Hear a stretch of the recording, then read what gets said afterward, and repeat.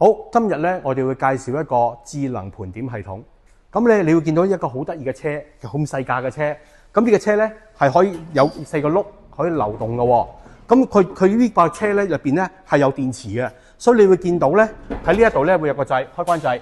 咁咧就係佢方便咧，你喺個倉庫或者喺嗰啲店鋪裏邊咧，你隨時拉出去用嘅。OK， 咁呢個係流動嘅。咁你會見到，咦咁啊流動嘅時候，咁啊通訊點搞咧？佢呢個咧係 support WiFi 或者4G 嘅。當然啦，你話咪遲啲有冇5G咧？你有需要嘅時候我哋會加嘅。OK， 好啦，咁我先介紹呢部車啦。呢部車裏邊咧呢個位咧係俾你放啲雜物啦，係咪？放啲譬如我要做啲盤點嘅時候或者加嘢嘅時候可以用嘅。OK， 智能化。好啦。咁你見到，咦喺呢部車裏邊好得意喎！咁有啲咩嚟嘅咧？咁呢度有個條碼機係讀巴曲嘅，咁咧就係方便嗰啲同事咧係去掃個 packing list 個巴曲，跟住咧從而我知道，今次呢一箱貨裏邊究竟有啲乜嘢喺度啊？有冇爭嘢咧？咁好啦，仲要下邊呢個，咦佢喺呢個巴曲機下邊會仲有個咩咧？就係讀卡啦，就話啲員工咧就可以拍卡。喂，原來咧阿 Tommy 今次係 Tommy 佢做盤點。咁咪就係方便第時咧，我哋知道喺邊單嘢係邊個做佢有啲咩問題可以揾翻個經手人。咁仲有上邊係咩嚟嘅咧？頭先我哋講咗呢一部機咧，其實佢係行電係行乾電㗎。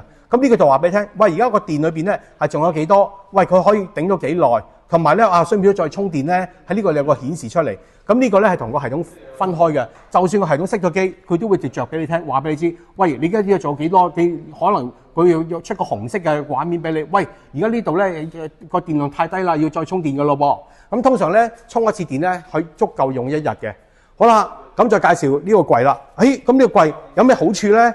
嗱，你會發覺開出嚟咧就係咁嘅，好簡單嘅啫。咁你會發覺喺呢個櫃裏邊咧就有一隻轆啦，就方便你推啲箱入去，或者推啲貨品入去做 stock 啦。咁好啦，咁我哋就示範下咯。咁而家我哋就揸住一箱嘢就推入去啦，推入去好簡單，因為佢有啲轆喺度咧，就唔使太用力嘅，佢自動可以幫助你去推入去入邊啦。好啦，跟住咧我就閂門啦。咁跟住咧我就讀啦。一讀咧你會發覺原來咧我已經讀咗出嚟，呢一箱裏邊咧係得一箱嘢嘅啫，而一箱入邊咧係得一件貨品嘅啫。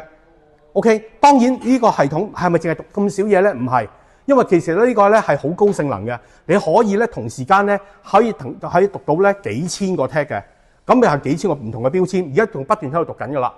好啦，咁停咗先。咁我哋要發覺原來咧我哋要知道今次呢一個跟個 packing list 裏邊係咪一樣咧？咁所以咧，如果我哋頭先我哋有個 packing list 對完之後，佢自動同你對，就話俾你聽，喂，而家呢一箱貨品裏邊啲嘢齊唔齊咧？有冇多到咧？有冇少到？有冇錯誤咧？